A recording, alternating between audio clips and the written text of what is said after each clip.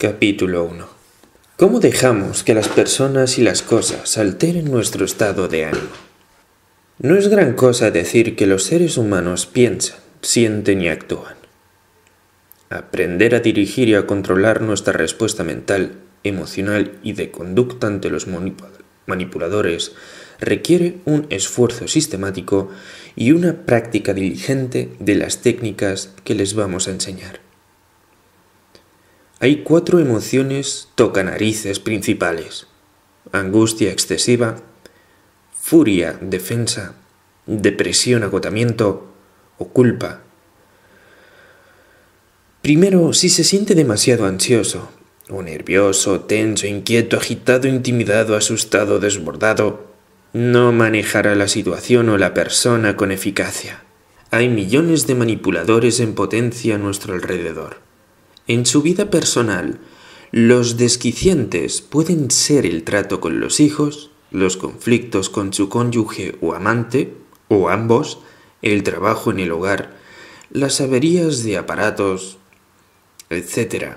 Desavenencias con los parientes o vecinos, amigos egoístas e indiferentes, una enfermedad grave o una muerte en familia o un nacimiento. Tenemos la capacidad de reaccionar en exceso ante casi todo. Haga una lista de sus factores desquiciantes personales. Dichos factores pueden ser personas determinadas, hechos aislados o una serie de sucesos que se suman. No es necesario que sean hechos relevantes. El primer punto de este modelo es: los sentimientos son la causa principal del comportamiento. Cómo se siente y la intensidad de sus sentimientos influye en gran medida en su comportamiento en una situación determinada. Los comportamientos también influyen en los sentimientos. Por lo general, nuestros sentimientos determinan nuestros comportamientos. Si quiere estar seguro de que nada ni nadie nunca le alterará, solo preocúpese de no sentirse nunca demasiado ansioso, furioso, deprimido o culpable. El modelo de Albert Ellis, el modelo ABC. A indica los hechos detonantes, situaciones o personas específicas. B, lo que cree sobre los hechos detonantes. Y C, sus sentimientos y comportamientos. No es la verdad constatable en el punto A lo que cuenta, es lo que usted piensa respecto en el punto B, lo que determinará en gran medida sus sentimientos y comportamientos en el punto C. Si cree que es terrible y espantoso meter la pata, tendrá que optar entre evitar las situaciones en que podría pifiarla o cumplir su propia profecía y meter la pata. La mala noticia es que también tenemos que asumir la responsabilidad por nuestros sentimientos y comportamientos en el punto C. Asumir responsabilidades es sano. Culparse a sí mismo es destructivo. Lo que usted piensa en una situación específica determinará el cómo y la intensidad de la respuesta a la situación. Lo que decimos es que a menudo reaccionamos en exceso ante situaciones y o personas que, al menos para nosotros, son frustrantes, aunque empeoramos las cosas con nuestro modo de pensar en ellas. Las emociones intensas están bien, son las reacciones excesivas las que lo estropean todo. Puede aprender a distinguir los sentimientos y comportamientos apropiados de los inapropiados disfuncionales formulándose preguntas del tipo: ¿afectará mis relaciones con los demás? ¿Afectará mi salud? ¿Me ayudará a conseguir mis metas o me llevará al fracaso? ¿Ayudará o perjudicará a los demás que son importantes para mí? ¿Este sentimiento me ayudará a obtener el máximo de lo que quiero y menos de lo que no quiero? ¿Me meterá en problemas antes o después? A menudo, un plan más efectivo es ponerse a prueba cuando sabe que algunas personas o cosas pueden apretarle las clavijas acercándose o quedándose con ellos adrede en lugar de evitarlos. Entonces podrá desensibilizarse ante personas y situaciones enojosas en vivo y hacer una práctica de comportamiento sin inquietarse por ellos. Capítulo 2. Creencias tontas que utilizamos para dejar que los demás nos abrumen. El primero de los 3 modos de pensar nefastos, en el punto B, se llama pensamiento catastrofista. Significa que hacemos una catástrofe de todo. Lo convertimos en algo mucho más grande de lo que es en la realidad. No todos los "¿qué pasará?" son catastrofistas por necesidad.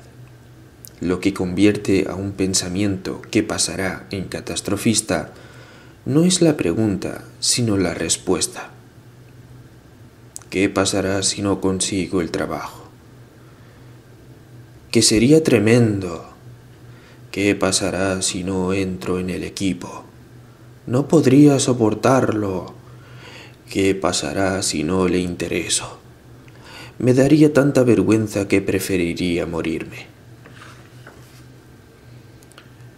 Cada vez que estos pensamientos pasan por su mente, es probable que se vuelva susceptible a una persona o situación que de verdad puede abrumarle.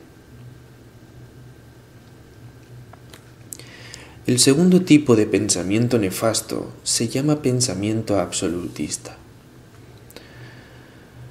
Los pensamientos absolutistas se expresan de la siguiente forma: yo debo, yo tendría, yo necesito, yo debería y otras parecidas. Lo hacemos cuando metemos la pata, si nos rechazan, si no respondemos a las expectativas, si las cosas no salen como queremos. ¿Sabe lo que pasa cuando está hasta las cejas con los tendría? Bueno, en primer lugar, usted está cargado de tendrías, pero algunas veces los traspasa y entonces aplica los tendría a los demás. Lo que tú necesitas, tú tendrías que, lo que tienes que hacer, sencillamente deberías. Algunos somos fantásticos en aplicar los tendrías a los demás. Un jefe aguanta los tendría de su jefe, así que se los pasa a los que supervisa y así hasta el final de la fila. Es la teoría del deslizamiento del tendría, hasta que alguien en el último peldaño regresa a su casa y le da una patada al gato o la emprende con un miembro de la familia que no tiene nada que ver. Todavía peor es el tendría que nos aplicamos nosotros mismos, mentalmente. Es lo que permite a los demás alterarnos el ánimo. Pero, ¿dónde y cómo aprendimos a aplicarnos el tendría? En realidad, todos somos continuamente bombardeados y por lo tanto adoctrinados con los tendría. Como es típico, todo comienza en el hogar, con nuestros padres. Tendrías que jugar más con tu hermano, tendrías que ser médico, abogado o cacique indio, tendrías que ser menos egoísta, tendrías que comportarte como yo te digo, tendrías que ser el mejor de la escuela y un atleta de primera fila y solista de la banda durante el descanso. Y no te olvides que tendrás que ser el más popular. Estas metas no tienen nada de malo. El problema está en la forma que se transmiten. Los tendría. Pero ¿sabes cuál es la fuente más insidiosa del tendría? La televisión.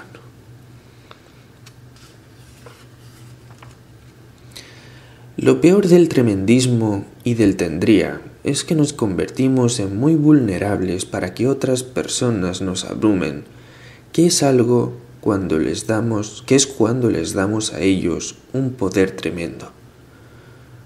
Otras personas le someten a un chequeo cuando es presentado. El aplicar los tendría en nosotros mismos es la peor de las reacciones excesivas, porque nos sentimos desgraciados y nos hacemos vulnerables a los manipuladores. El tercer tipo de pensamiento nefasto es el extremo opuesto, la racionalización. La racionalización es la falta de reacción. Son malos intentos para negar o restar importancia a lo que ocurre. Se manifiesta en pensamientos como ¿a quién le importa? Vaya cosa. ¿A mí qué? Oh, yo paso.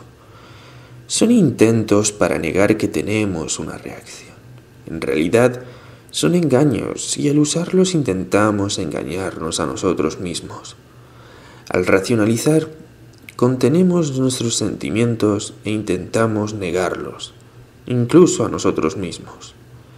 Las racionalizaciones pueden funcionar durante un plazo muy corto, pero le convertirán en vulnerable a la cosa que le aprieta las clavijas, porque nunca ha querido enfrentarse a ella de verdad.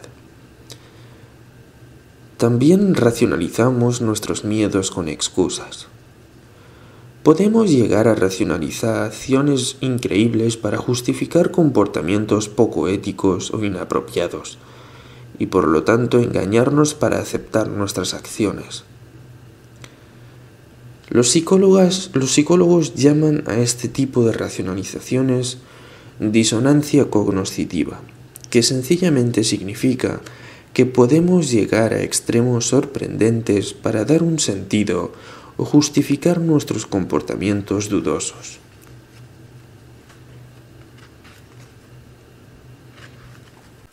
Capítulo 3. Preferencias realistas, una alternativa poderosa a los pensamientos irracionales que nos inquietan. El tremendismo, el absolutismo y la racionalización son las tres maneras principales por las que permitimos que otras personas y cosas nos alteren, hasta el punto en que no somos capaces de enfrentarnos a situaciones difíciles con eficacia debida, y en el proceso nos sentimos desgraciados. Las personas y las cosas no son las que nos ponen contra las cuerdas, parecen serlo, pero de hecho es lo que pensamos y cómo reaccionamos en respuesta a ellas lo que determina la intensidad de nuestra inquietud y nuestra reacción en situaciones específicas. Le mostraremos cómo hacerlo, pero hacerlo de verdad requiere práctica, práctica y más práctica. El cuarto modo de pensamiento se manifiesta en la forma de las preferencias realistas. Los más efectivos son yo quiero, preferiría, me agradaría y sería mejor si. Ejemplo, quiero hacer un buen trabajo y pondré todos mis esfuerzos en ello, pero si no lo consigo, no será ninguna desgracia ni algo terrible. Lo lamentaré, me sentiré desilusionado y muy preocupado, pero también comprometido a buscar una mejora. Al repetirme estas preferencias realistas, los pensamientos nefastos y los sustituía por otros que tenían sentido.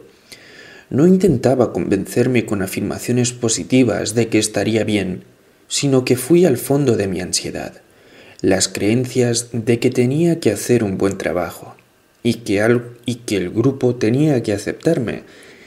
Eran preferencias, no los tendría. No llegue al extremo de intentar convencerse de que no le importa el trabajo mal hecho. Esto sería una racionalización y un engaño. Es importante reconocer que las preferencias realistas no tienen nada que ver con el típico pensamiento positivo que algunas veces defiende la gente. Las preferencias realistas no sugieren que usted tendrá éxito, que puede controlar la situación sin problemas o que todo saldrá de perlas.